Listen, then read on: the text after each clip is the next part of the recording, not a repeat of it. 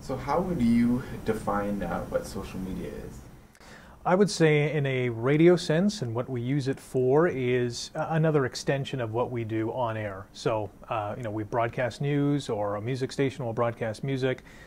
Twitter, Facebook, all the other avenues, social media-wise, is just another arm for us to reach out and say hello, or to engage in conversation, to connect with, listeners in radio's case.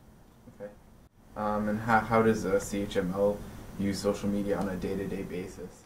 It's really ballooned or mushroomed over the last, I would say, year or 2 years. In engaging our listeners, we'll come up with a talk show topic. We're not just going to do that on the air. We're going to ask for listener reaction on Twitter or Facebook to say, what do you think of, topic X? How do you feel? And draw a new sort of reaction, engage new listeners in a new avenue of communication. It's not just, calling up our talk show to say, hey, what do you think? They're reacting with retweets or comments on our Facebook page. So it's really made the conversation, I think, bigger and better. Okay. And do you think that media outlets have to use social media?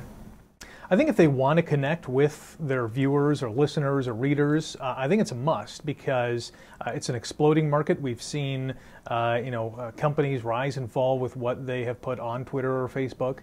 There's a massive impact in the marketplace for generating revenue, generating new subscribers, or, as I said, listeners or viewers, because you want to tap into every corner possible to gain an upper hand on your competition, or just to verify that you have a connection in your community. Okay. So there's a social media expert, and he's also a journalism professor. I don't know if you're familiar with him, but his name's Wayne McPhail. Okay. And he said that by using the hashtag #HamOnt, one would have a better idea of what's going on in the city of Hamilton compared to going to traditional news sources. What do you think about that?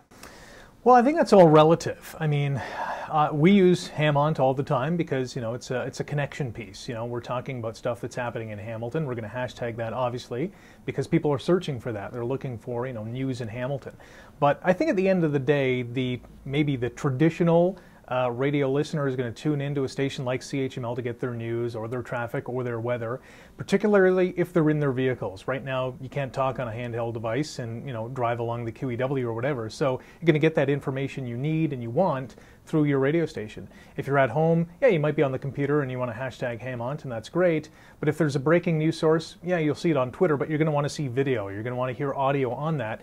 And that's the limitation, I think, right now of social media.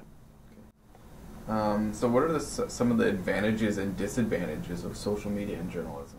Well, I think the advantages, as I mentioned, you can get new listeners. You're reaching a different audience, because not everyone on Twitter is going to listen to a news talk station or even a music format that might be interested in other things. So you're broadening your wings, you're reaching new people. The disadvantages is you can get into serious trouble because, places like Twitter are not 100% truthful. We've seen, various cases of, people dying. In fact, while they're not dead, they're still alive. Morgan Freeman, probably the most recent case on Facebook, where a Facebook post stated that he was dead, and I think it came from him, or allegedly, but he was very much alive. So there are some pitfalls with social media. It's not 100% pure in the form of journalism sense. And do you think that people are relying on social media for news instead of going to traditional? Oh yeah, definitely. I mean, we see that, and I think the trouble is that when you see those cases, a la Morgan Freeman dying, and you find out it's not true, there is certain pitfalls and certain avenues that a viewer or a listener will kind of get into, because you can't believe everything you read. I mean, it's an old saying, but it is true. It's a good starting point. I follow Twitter all the time. I have hundreds of followers, and I love reading tweets and stats and all that kind of stuff. But at the end of the day, I think you got to go to that reputed traditional news source to get the factual information you want. And how has CHML and I guess other radio stations changed their business model to adapt to using social media? I think the business model has changed in a sense of, who we're hiring, and the employees that we have to really alter what they're doing. In terms of generating revenue off Twitter and Facebook, companies are really trying to find out how to do that. Certain companies are more successful at that. The main basis for a Twitter feed for CHML or even CNN would be send out a tweet. If you want more info, go to our website. You'll get it all there. Then you can make revenue off the clients you have on that website. But I mean, we're really scratching the surface on the potential revenue-wise. In terms of what employees do on a day-to-day basis, it was, way back when, you'd just be on the air or writing a story or reporting on something. Well, now we're doing all that, but now, okay, you got to put it on the website. Now you got to tweet about it. You got to write a compelling Facebook post to engage our listeners. So there's a lot more to what we're asking our employees to do in a business sense. Okay. Well, what about the issue of, giving content away for free on social media compared to having, if you tweet something, maybe that would take away a listener? Mm-hmm. Yeah and no, because the way we do it, or the way we're striving to do it, is to, here's a snippet of info for everything and a whole lot more, tune into us or go to our website and get what you want. I know there are listeners out there who just want to be on Twitter or Facebook, and that's all they need is a little kind of post to just be in the know, and away they go. But we want to always direct our followers back to our website and ultimately to our on-air airwaves, because that's where we're going to make our money. Okay. How do you think that journalism will survive, and what do you think it's going to look like in the future? Wow, that's a loaded question.